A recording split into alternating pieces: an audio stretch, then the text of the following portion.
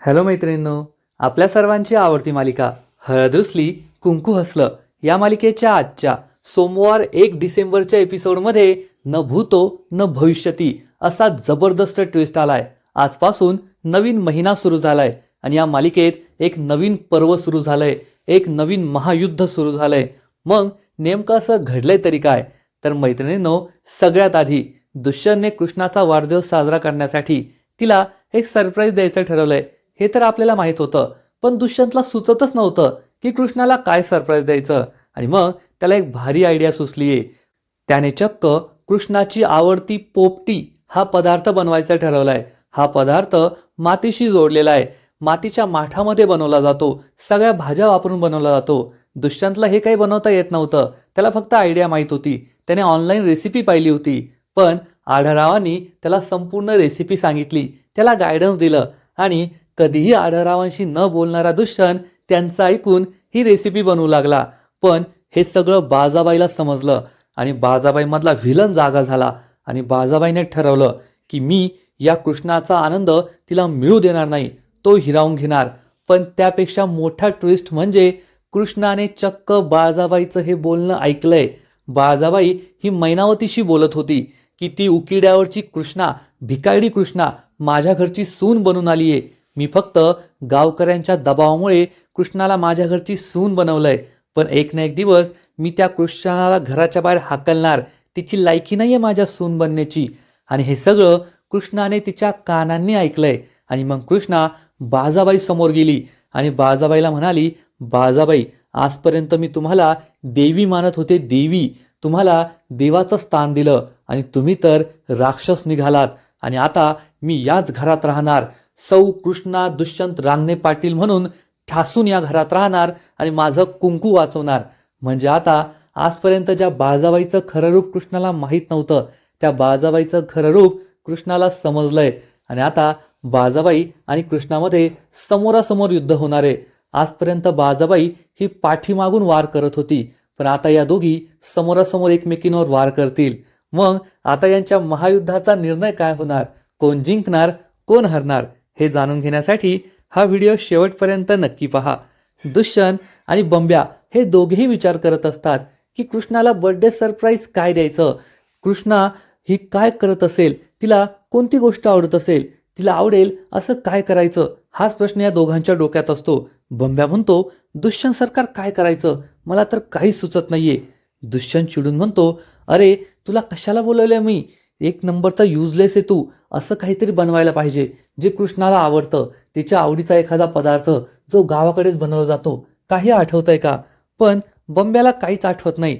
दुष्यंत चिडून म्हणतो, काही फायदा नाही तुझा, उगच तुला बोलवलं मी, थांब मी इंटरनेटवर शोधतो. असं म्हणून तो मोबाईलवर गुगलवर शोधतो की गावाकडे असा कोणता पदार्थ बनवला जातो जो युनिक आहे आणि जो थंडीच्या दिवसातच बनवला जातो. आणि दुष्यंतला पोपटी नावाचा पदार्थ बनवण्याची आयडिया मिळते. तो ही सगळी रेसिपी पाहतो आणि म्हणतो, अरे भेटली ना आयडिया, आपण कृष्णासाठी पोपटी बनवूया. या दिवसातच पोपटी बनवतात, नक्कीच कृष्णाला खूप आवडेल. तर बंब्या त्याला सांगण्याचा प्रयत्न करतो, ओ दुष्यंत सरकार, ते काही सोपं नाहीये, खूप अवघड आहे. पण दुष्यंत त्याचं काहीच ऐकत नाही. तर इकडे कृष्णा तिच्या रूममध्ये असते. बाजाबाईने तिला सक्त ताकीद दिलेली असते की खोलीच्या बाहेर यायचं नाही, खोलीमध्येच आराम करायचा. त्यामुळे कृष्णा ही तिच्या रूममध्येच असते. तिला तिचा मोबाईलच सापडत नाही. ती विचार करते, माझा मोबाईल कुठे गेलाय, नाहीतर मी बंब्याला आणि भक्तीला कॉल तरी केला असताना. मला तर काही कळतच नाहीये, माझा वाढदिवस ते दोघे सुद्धा विसरले का? फोन करून त्यांना चांगलं ठणकावलं असतं, पण आता फोनच नाहीये. मग काय करायचं? पण जाऊ दे ना, या घरात तरी माझ्या वाढदिवसाचं कोणाला अप्रूप असेल, कोण माझा वाढदिवस साजरा करणार आहे? आता माझं लग्न झालंय, मी काय लहान नाही राहिली माझा वाढदिवस साजरा करायला. जाऊ दे ना, काय वाढदिवस साजरा करायचा? आणि मी काय दुष्यंत सरकार आहे का का माझा वाढदिवस जंगी साजरा होईल? माझा वाढदिवस तर कोणाच्या लक्षातही नसेल. दुष्यंत सरकारांना तर माहीत पण नसेल की आज माझा वाढदिवस आहे.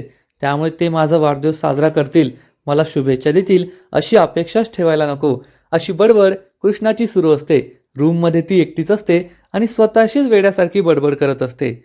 इकडे बाजाबाई चहा पित असते. आढळराव त्यांचा चहा घेऊन येतात आणि बाजाबाई जवळ बसतात आणि म्हणतात, गावात सगळीकडे आनंदी आनंद सुरू आहे, आपल्या घरात सुद्धा आनंदी आनंद आहे. आणि बाजाबाई असताना सगळीकडे आनंद आहे, हे आश्चर्याचंच आहे ना. बाजाबाई त्यांच्याकडे रागारागाने पाहते. तेवढ्यात दुष्यंत तेथे येतो आणि बाजाबाईला म्हणतो, आई, मला कृष्णाला सरप्राईज द्यायची एक भारी आयडिया सुचली आहे. बाजाबाई विचारते, काय आयडिया सुचली आहे? तर दुष्यंत सांगतो, पोपटी, मी कृष्णासाठी पोपटी बनवणार आहे. हे ऐकून बाजाबाई आणि आढळरावांना मोठा धक्काच बसतो. ते डोळे मोठे करून दुष्यंतकडे पाहू लागतात. दुष्यंत म्हणतो, भारी आयडिया आहे ना? तर बाजाबाई म्हणते, दुष्यंत, तू काय बोलतोय, तुला समजतंय ना? पोपटी काय अवघड असते, एवढं सोपं नसतं बनवायचं. तर दुष्यंत म्हणतो, आई टेन्शन नको घेऊ, मी ऑनलाईन सगळी रेसिपी पाहिली आहे, कसं काय करायचं मी सगळं वाचलंय, मी एकदम भारी पोपटी बनवेल, तू काही टेन्शन घेऊ नको. तर बाजाबाई म्हणते, ठीक आहे, तुला जे करायचंय ते कर, पण मदत लागली तर मी आहे येथे, मला सांग. दुष्यंत हो म्हणतो आणि बाहेर निघून जातो. तर आढळरावांना मात्र आनंद झालेला असतो की दुष्यंत हा कृष्णासाठी एवढं काही करतोय. ते बाजाबाईला विचारतात, मला तर खूप आश्चर्य वाटतंय, कालपासून तुमच्या हृदयातून जो मायेचा झरा वाहतोय, आपुलकीचा प्रेमाचा झरा वाहतोय, तो खरा आहे की वेगळंच काहीतरी शिजतंय? तर बाजाबाई म्हणते, काय आढळराव, तुमच्या मेंदूला थोडा आराम द्या, एवढा विचार नका करू. त्या कृष्णाने माझ्या लेकाचा जीव वाचवलाय, मग मी तिच्यासाठी एवढं करूच शकते ना, आणि गरज पडली तर मी तिच्यासाठी सगळं काही करू शकते. आढळराव म्हणतात, अहो करूच शकता, कोणती पण आई आपल्या सुनेसाठी एवढं करू शकते, परंतु तुम्ही तशी आई नाही ना, तुम्ही वेगळ्या प्रकारची आई आहे. तुम्ही असा साप आहे, ज्या सापाला दूध देणाऱ्यालाच तो चावू शकतो, त्यामुळे तुमच्यावर माझा काही विश्वास नाहीये.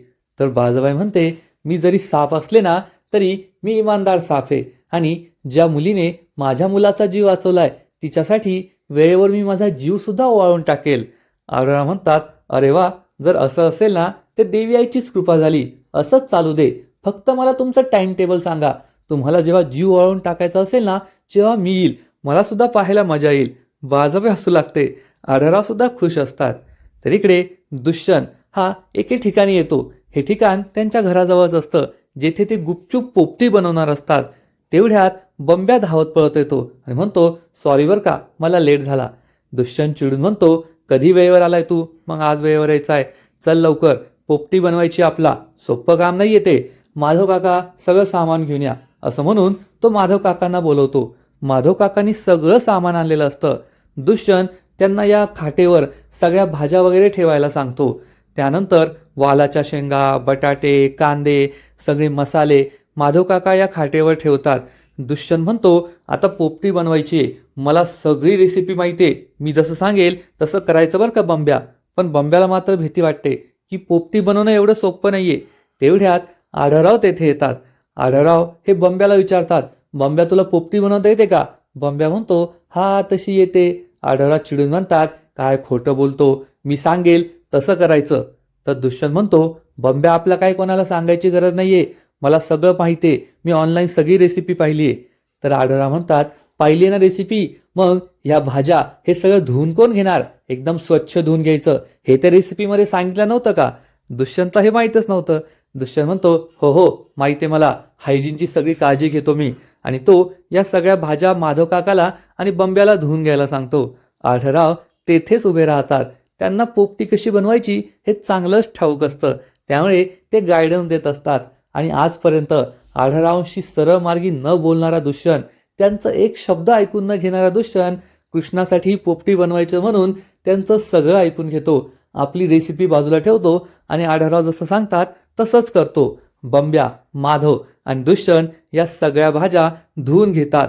मग त्या वालाच्या शेंगा असो, बटाटे असो, त्याचबरोबर कांदे आणि सगळ्या भाज्या असतात. तेवढ्यात बंब्या एक पालक घेऊन तेथे येतो. दुष्यंत विचारतो, पालक कशाला आणलाय, पालक थोडी लागतो पोपटीमध्ये? तर बंब्या म्हणतो, हो दुष्यंत सरकार, पालक नाही, बोंबर्डीचा पाला आहे, सगळ्यात जास्त महत्वाचा असतो. दुष्यंत म्हणतो, अरे हा, मी रेसिपीमध्ये पाहिलं होतं. आढळराव त्यांना सगळ्या भाज्या धुवायला सांगतात. सगळ्या भाज्या धुवून होतात आणि मग भाज्या कापायला सुरुवात होते. दुष्यंत बटाटे कापू लागतो. तर आढळराव सांगतात, मोठे मोठे काप कापायचे, जास्त बारीक बारीक नाही करायचे, पोपटीसाठी मोठे मोठे काप लागतात. त्यानंतर तो मक्याचं कणीस सोलू लागतो. आढळराव सांगतात, त्याचं फक्त मूळ काढून घ्या, सगळं सोलायची गरज नाहीये. आणि दुष्यंत त्यांचा प्रत्येक शब्द ऐकतो, प्रत्येक स्टेप फॉलो करत असतो. त्यामुळे आढळरावांनाही आनंद होतो. तर इकडे एक गावकरी सावित्रीच्या घरी येतो आणि आवाज देतो, सावित्री वहिनी बाहेर या. तेवढ्याच सावित्री बाहेर येते आणि विचारते, काय हो भाऊजी? तर हा माणूस सांगतो, वहिनी तुमच्यासाठी प्रसाद घेऊन आलोय. सावित्री विचारते, कसला प्रसाद? हा माणूस सांगतो, काल रात्री कृष्णा आणि दुष्यंतरावांना साप चावला होता ना, त्यांचा जीव वाचलाय म्हणून बाळजाबाईने संपूर्ण गावामध्ये प्रसाद वाटायचं ठरवलंय, त्याचाच प्रसाद आहे. असं म्हणून तो सावित्रीच्या हातात प्रसाद देतो आणि तेथून निघून जातो. सावित्रीला खूप राग येतो. दुष्यंत आणि कृष्णाला साप चावला आणि त्यांचा जीव वाचला त्यामुळे ती चिडते. तेवढ्यात पूजा तेथे येते. पूजाने सुद्धा सगळं ऐकलेलं असतं. तिलाही खूप राग येतो. ती रागारागाने सावित्रीच्या हातातून हा प्रसाद घेते. ती काहीच बोलत नाही, पण कृष्णाचा जीव पुन्हा एकदा वाचला म्हणून तिला राग आलेला असतो. पण इकडे दुष्यंतची पोपटी बनवण्याची सगळी प्रोसेस सुरू असते. तो संपूर्ण भाज्या चिरतो आणि मग या भाज्यांमध्ये मसाले टाकतो, मीठ टाकतो. आढळराव आपली एक एक स्टेप त्यांना सांगत असतात. आढळराव विचारतात, माठ आणलाय का मातीचा माठ? तर दुष्यंत हो म्हणतो. दुष्यंतने मातीचा माठ आणलेला असतो. आढळराव या मातीच्या माठामध्ये सगळ्या चिरलेल्या भाज्या, मसाला त्याला टाकायला सांगतात. दुष्यंत या मातीच्या माठात सगळं टाकतो आणि मग बोंबडीचा पाला तो यामध्ये टाकू लागतो. आढळराव त्याला सांगतात, हा बोंबडीचा पाला घ्यायचा, तो मधून असा दुमडायचा आणि मग खोचून खोचून त्यामध्ये भरायचा, या माठात भरायचा. दुष्यंत त्यांची प्रत्येक स्टेप ऐकतो आणि त्यानंतर या माठावरचं झाकण त्यावर ठेवू लागतो. तर आढळराव म्हणतात, अरे बंब्या, ते माठावरचं झाकण नाही ठेवायचंय, तर दुसऱ्या प्रकारे करायचं असतं. आता आपल्या गावच्या मातीला स्पर्श करायचा आहे, मातीचा चिखल करायचा आहे, माहितीये ना एवढं? दुष्यंत चिडून म्हणतो, हो माहितीये, मला सगळा टोन समजतोय. बंब्या, मी सगळी तयारी करून आलोय, सगळं वाचून आलोय मी. असं म्हणून दुष्यंत चक्क हँडग्लोव्ज काढतो आणि हातामध्ये हँडग्लोव्ज घालू लागतो. आढळरावांना आश्चर्यच वाटतं. आढळराव हसू लागतात आणि म्हणतात, बंब्या, मातीत हात घालायचे का ऑपरेशन करायचंय? हे ऐकून दुष्यंत खूप चिडतो आणि हँडग्लोव्ज घालतो. तर इकडे कृष्णा ही तिच्या रूममध्ये असते आणि दुष्यंतने दिलेला पुष्पगुच्छ पाहत असते. तिला खूप आनंद होतो आणि ती दुष्यंतच्या आठवणींमध्ये रमून जाते. पण त्याच वेळेस बाळजाबाई तेथे येते. बाळजाबाईला पाहून कृष्णा दचकते. बाळजाबाई म्हणते, काय ग कृष्णे, तुला आराम करायला सांगितलंय ना, मग काय बसलीये? गुपचूप आराम कर. कृष्णा हो म्हणते. बाळजाबाई विचारते, मी माधवकडे फळं पाठवली होती, पोहे, उपमा पाठवलं होतं, सगळं खाल्लं ना? कृष्णा हो म्हणते. तेव्हा बाळजाबाई तिला सांगते, आता खोलीतच राहायचं, मी तुझ्या खोलीचा दरवाजा बाहेरून लॉक करून घेणार आहे. कृष्णाला मोठा धक्काच बसतो आणि ती म्हणते, नाही बाळजाबाई, मला लॉक नका करू, मला खूप बोर होतंय, मला बाहेर येऊ द्या, काहीतरी काम करू द्या. तर बाळजाबाई म्हणते, मी सांगितलेलं ऐकायचं, जे कुणी माझं ऐकत नाही, मी त्यांच्यासाठी खूप वाईट बाई आहे. मी काय सांगायले तुला कळालंच असेल. असं म्हणून बाळजाबाई प्रेमाने तिच्या गालावर हात फेरते आणि तेथून बाहेर पडते. कृष्णा ही चक्क बाळजाबाईंची नक्कल करू लागते. समजलं का, मी खूप वाईट बाई आहे आणि मी जे बोलायले ते कळायलं का? असं म्हणून कृष्णा स्वतःशीच हसते आणि म्हणते, जमायलंय, हा सीन खरंच खूप भारी आहे, तुम्हाला सुद्धा हसायला येईल. आणि दुसरीकडे दुष्यंत हा चक्क मातीशी नाळ जोडायला निघालाय. बंब्या माती घेऊन येतो आणि त्यानंतर दुष्यंतला ही माती कालवायला सांगतो. दुष्यंत बंब्याला म्हणतो, जा माझ्यासाठी स्टूल घेऊन ये. तर आढळराव म्हणतात, काय बंब्या, आता गावाकडे माती कालवायची ती का स्टूलवर बसून का, असं खाली बसायचं असतं. असं म्हणून ते दुष्यंतला बसून दाखवतात आणि दुष्यंत हा त्यांच्यासारखं खाली बसतो आणि माती कालवू लागतो. आढळराव पाहत असतात की दुष्यंतने हातात हँडग्लोव्ज घातलेत तरी सुद्धा मातीत हात बुडवण्यासाठी तो घाबरतोय. आढळराव म्हणतात, आता हँडग्लोव्ज घातले ना, मग नीट मातीत हात घालायचे, चांगलं ती कालवायची. बंब्या हा पाणी टाकतो आणि त्यानंतर दुष्यंत ही माती कालवत असतो. पण आपल्या सगळ्यांना माहिती आहे की दुष्यंतला मातीचा, चिखलाचा किती तिटकारा आहे. हातात हँडग्लोव्ज घातलेत तरी सुद्धा तो ही माती कालवायला मागे पुढे पाहत असतो. पण आढळराव मात्र त्याच्याकडे खूप प्रेमाने पाहत असतात. कृष्णासाठी का होईना आपला दुष्यंत हा पुन्हा एकदा गावच्या मातीशी जोडला गेलाय, मातीत आपले हात भरवतोय, त्यामुळे ते खूप खुश असतात, देवाचे आभार मानतात. पण त्याच वेळेस जयकांत तेथे येतो आणि दुष्यंत हा चक्क मातीत हात भरवतोय हे पाहून त्याला मोठा धक्काच बसतो. तो लगेचच आपल्या मोबाईलचा कॅमेरा सुरू करतो आणि याचा व्हिडिओ बनवू लागतो. काकी साहेबांना कळलंच पाहिजे, त्यांचं शहरातील इंग्लिश पोर या गावातील मातीमध्ये कसा हात कालवतोय, कशी माती कालवतोय, त्यांना चांगलाच धक्का बसेल, ते सुद्धा अतिप्रचंड वेगाने, असा विचार करून तो चक्क बाळजाबाईच्या रूमकडे यायला निघतो. तर इकडे मैनावती ही बाळजाबाईंना विचारते, बाळजाबाई आपण जसं ठरवलंय तसंच होईल ना? जयकांत तेथे येतो आणि म्हणतो, मला नाही वाटत असं काही होईल, आपलं ठरवलेलं सगळं केरात जाणार आहे.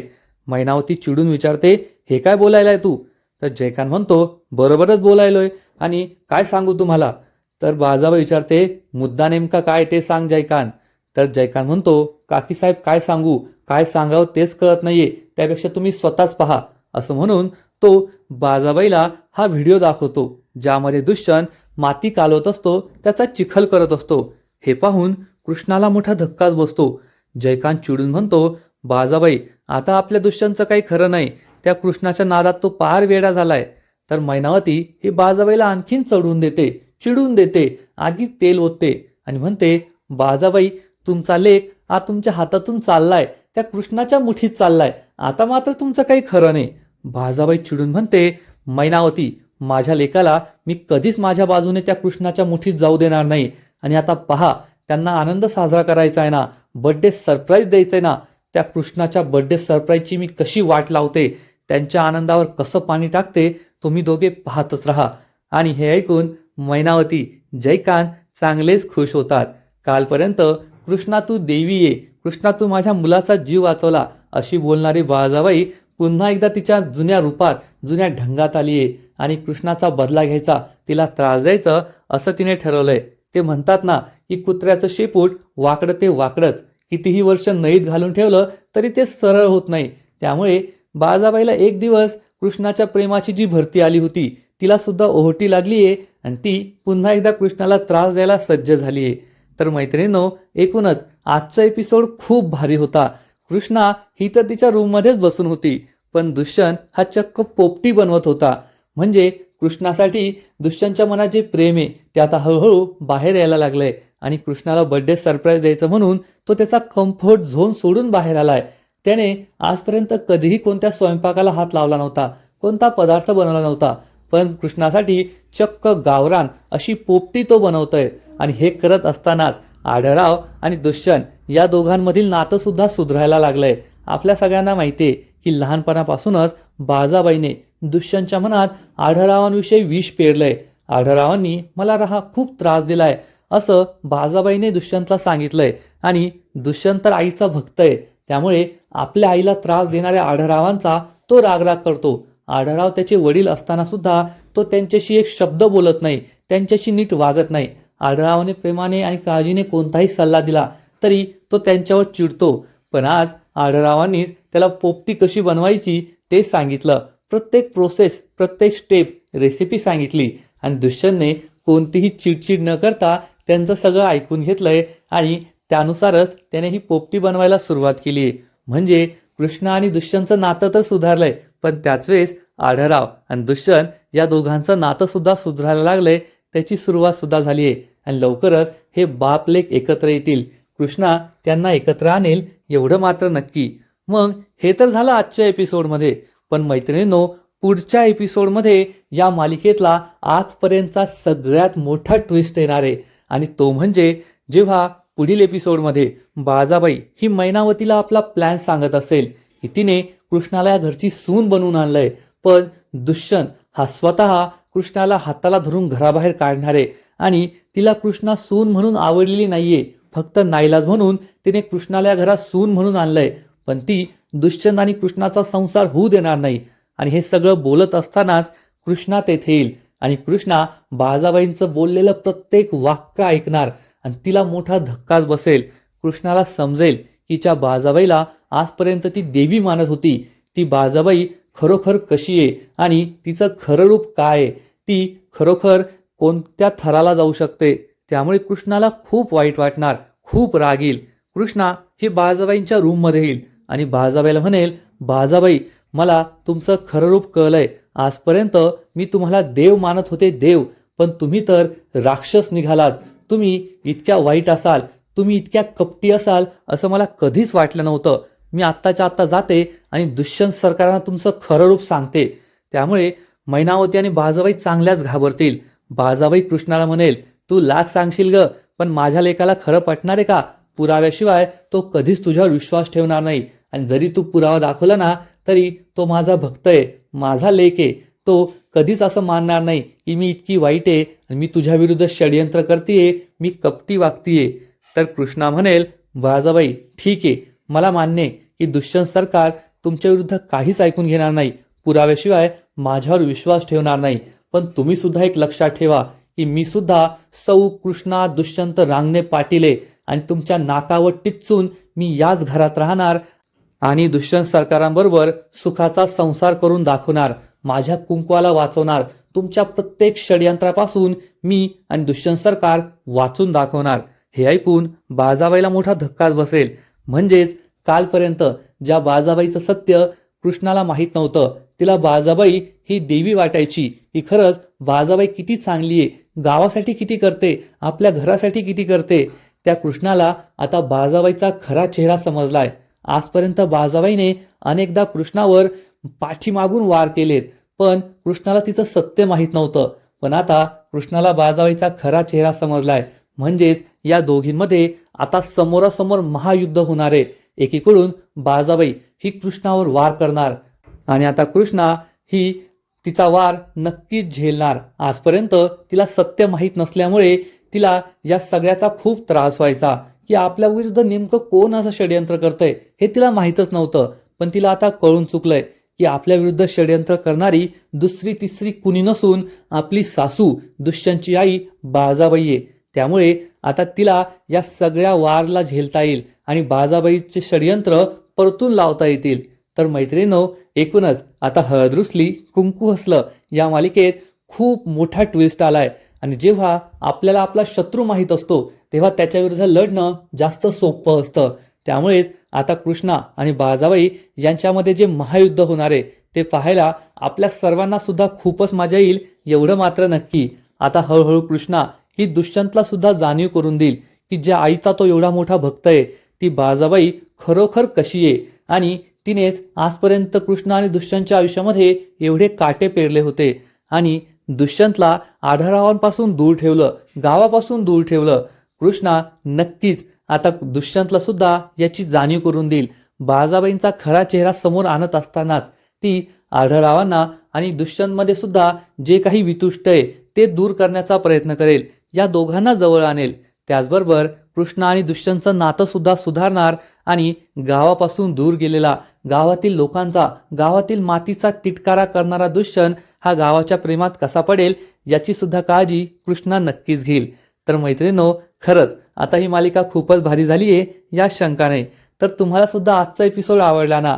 दुष्यंत, कृष्णा आणि बाळजाबाई यांच्यामध्ये जो ट्विस्ट आलाय तो आवडला ना? नक्कीच कमेंट करून सांगा.